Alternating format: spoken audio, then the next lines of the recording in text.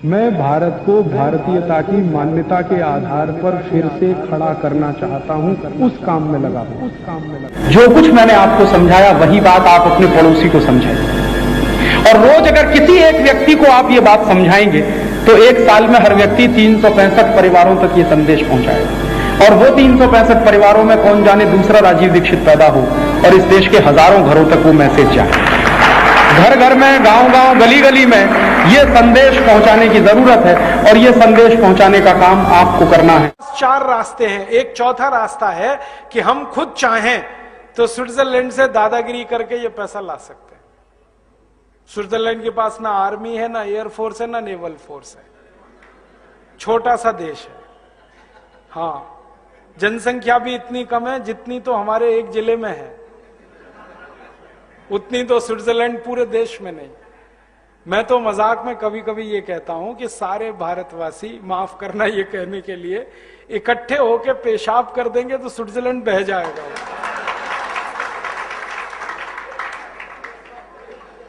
इतना पिद्दी सा देश है।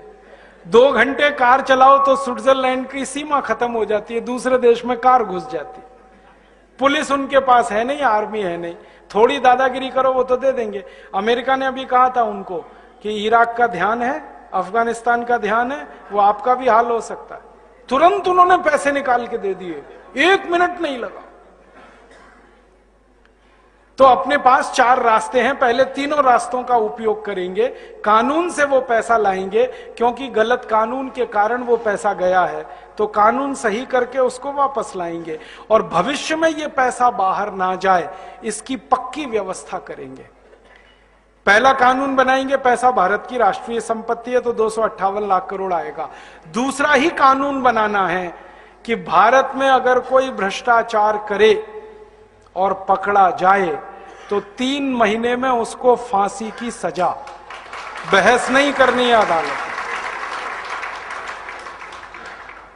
और तीसरा काम हमें क्या करना है, ये पैसे लाने हैं विदेशों से 258 लाख करोड़, तो इसमें 50 लाख करोड़ खर्च करना है तुरंत गांव के विकास के लिए।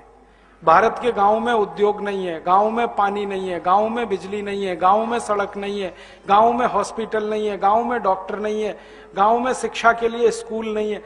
गांव में पैसा लगाना है, और हमने हिसाब निकाला 50 लाख करोड़ भारत के 6,38,365 गांवों में इन्वेस्ट करना है। कैसे? एक तो उद्योगों में 100 उद्योग हर गांव में हम लगा सकते हैं।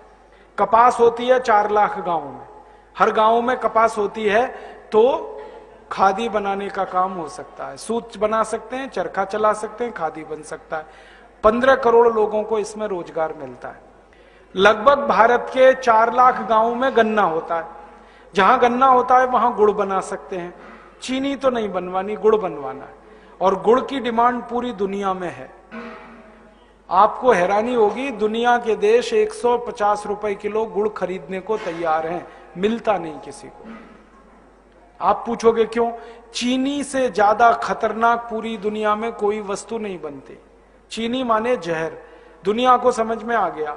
डायबिटीज इतनी, और डायबिटीज के अलावा जो दूसरे कॉम्प्लिकेशंस हैं वो इतने चीनी के बारे में एक ही जानकारी देता हूं। आप आधा किलो खाना खाओ और 50 ग्राम चीनी खा लो, पीछे से 50 ग्राम तो छोड़ दो, 1 चम्मच खा लो। आधा किलो खाने पर 1 चम्मच चीनी खा लो तो पूरा आधा किलो खाना पच जाएगा। उसकी पूरी ऊर्जा 1 चम्मच चीनी को नहीं पचा पाती। चीनी डाइजेस्ट नहीं होती कभी भी। क्यों? उसमें कुछ ऐसी चीज है ही नहीं जो डाइजेस्ट हो। ऑर्गेनिक उसमें कुछ भी नहीं है, सब इनऑर्गेनिक है। और चीनी का अर्थशास्त्र और समाजशास्त्र ये है कि ना उसमें कोई विटामिन है, ना उसमें कोई प्रोटीन है, ना उसमें कोई कैल्शियम आयरन आदि है, ना माइक्रोन्यूट्रिएंट्स हैं। वो जहर का पुलिंदा है। हम चाहते हैं कि चीनी बंदी हो जाए तो अच्छी है, वैसे भी 50 रुपए किलो हो गई है। फालतू में क्यों दिमाग खराब करें? हम तो गुड़ बनवाएंगे, और सारी दुनिया गुड़ मांग रही है, और ऑर्गेनिक गुड़ तो सब मांग रहे हैं। गन्ना पैदा करें बिना यूरिया, बिना डीएपी, उस गन्ने से गुड़ बनाएं। अभी ग्राहक तैयार हैं 150 रुपए किलो खरीदने के लिए सारी दुनिया में। ये जितनी बेकरीज चलती है ना यूरोप में, वो सब गुड़ चाहते हैं, क्योंकि वो कहते हैं कि गुड़ से जब हम वो बनाते हैं उनके स्वीट डिश, वो ज्यादा लंबे समय टिकते हैं। चीनी वालों को टिकाने के लिए बहुत सारे केमिकल मिलाने पड़ते हैं। गुड़ जो है ना नेचुरल प्रिजर्वेटिव है, तो वो गुड़ मांग रहे हैं। हम 4 लाख गांव में गुड़ बनवा सकते हैं, खुद भी खाएंगे, दुनिया को खिलाएंगे, और इस काम में कम से कम 1.5-2 करोड़ किसानों को काम मिलेगा। फिर भारत के 2.5 लाख गांव हैं, वहां गेहूं पैदा होता है, गेहूं का आटा सब खाते हैं, गेहूं कोई नहीं खाता, तो गेहूं का आटा गांव में बनेगा, शहर में बिकेगा।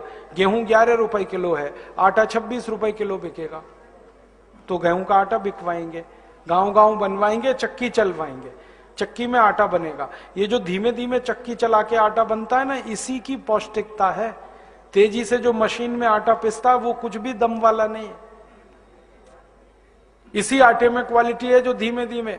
और पुराने जमाने में हमारे घरों में वही आटा खाया जाता था, हम बीमार नहीं पड़े जल्दी। अब चक्की का आटा है, गड़बड़ी यहां पर है। और ऐसे ही भारत के 2.5-3 लाख गांव में आम पैदा होता है, आम का अचार, आम का मुरब्बा, आम का पापड़, आम की बड़ी, सब कुछ बन के बाजार में बिकेगा। 1 लाख गांव में आलू है, आलू है तो आलू का चिप्स गांव गांव बनवा सकते हैं। चिप्स 480 रुपए किलो बिकता, आलू 10 रुपए किलो बिकता है। 1 लाख गांव में टमाटर होता है, टमाटर का सॉस गांव गांव बन सकता है, सॉस 200 रुपए किलो बिकता है, टमाटर 10 रुपए किलो। तो किसानों को हम समझाएंगे वैल्यू एडिशन करो, प्राइमरी प्रोडक्ट्स मत बेचो।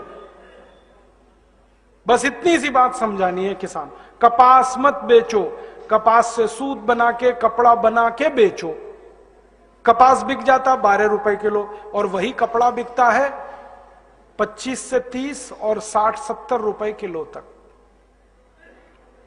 और वैल्यू एडिशन के लिए किसानों को ट्रेनिंग देनी है, बस, और क्या करना है। और वो ट्रेनिंग देने का काम हमारे योग शिक्षक करेंगे। अभी हमारे 2,40,000 योग शिक्षक हैं जो गांव गांव में योग और प्राणायाम सिखाते हैं। थोड़े दिन में ये सारे योग शिक्षक वैल्यू एडिशन की ट्रेनिंग देने लगेंगे। हम उनको ट्रेनिंग देने वाले हैं, वो गांव गांव ट्रेनिंग देंगे और गांव को खड़ा करेंगे। और इस पूरे गांव में 100 उद्योग के लिए 10 लाख करोड़ खर्च करना है बस। और हर गांव में बिजली देनी है तो 4 लाख करोड़ खर्च होगा, हर गांव में सड़क देनी है तो 7 लाख करोड़ खर्च होगा, हर गांव में स्कूल कॉलेज देने हैं तो 8 लाख करोड़ खर्च होगा, हर खेत को पानी देना है किसान के लिए तो 10 लाख करोड़ खर्च होगा। फिर सारा खर्चा मिला दें तो 58 लाख करोड़ से ज्यादा खर्च नहीं होता और सारे गांव खड़े हो जाएंगे। अब 58 लाख करोड़ खर्च करके गांव खड़े हो गए तो गरीबी, भुखमरी, बेकारी खत्म। क्योंकि हमने 100 उद्योगों का हिसाब निकाला, 6,38,365 गांव में 100 उद्योग अगर हो गए तो कम से कम 64 करोड़ लोगों को काम मिल जाएगा।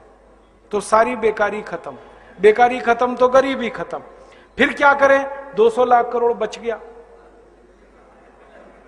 उसको बैंक में जमा करेंगे फिक्स डिपॉजिट में भारत माता के नाम से, तो उसका हर साल का ब्याज आएगा वो 20 लाख करोड़ है।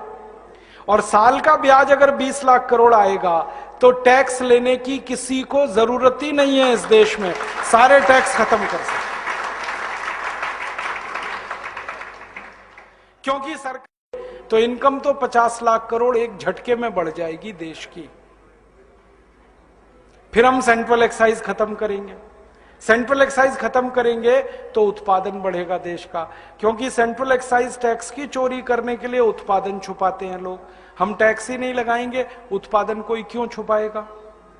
फिर सीएसटी खत्म करेंगे, फिर वैल्यू एडेड टैक्स खत्म करेंगे, सारे टैक्स खत्म करेंगे तो बेईमानी अपने आप चली जाएगी इस देश से और ईमानदारी अपने आप आ जाएगी इसमें। और सबसे बड़ा काम जो होगा वो ये कि ये टैक्स सिस्टम खत्म होते ही व्यापारी और उद्योगपतियों में थोड़ी ताकत आएगी, थोड़ी हिम्मत आएगी और सरकार के गलत कामों का विरोध करने का वो शुरुआत करेंगे। अभी डर के मारे चुप बैठे हैं। तो टैक्स सिस्टम खत्म करेंगे, उत्पादन बढ़ेगा, आमदनी बढ़ेगी, पैसे बाजार में ज्यादा घूमेंगे, हमें फिर विदेशों से कर्ज मांगने की जरूरत नहीं, हम देश का विकास देश के पैसे से ही करेंगे। तो ये योजना है अपनी। और टैक्स खत्म हुए तो महंगाई सबसे पहले खत्म, हर चीज सस्ती होगी। मैं आपको कुछ कैलकुलेशंस बताता हूं सारे टैक्स अगर हम खत्म कर दें तो 1 लीटर पेट्रोल मिलेगा 12 रुपए का, जो अभी मिलता है 54 रुपए का।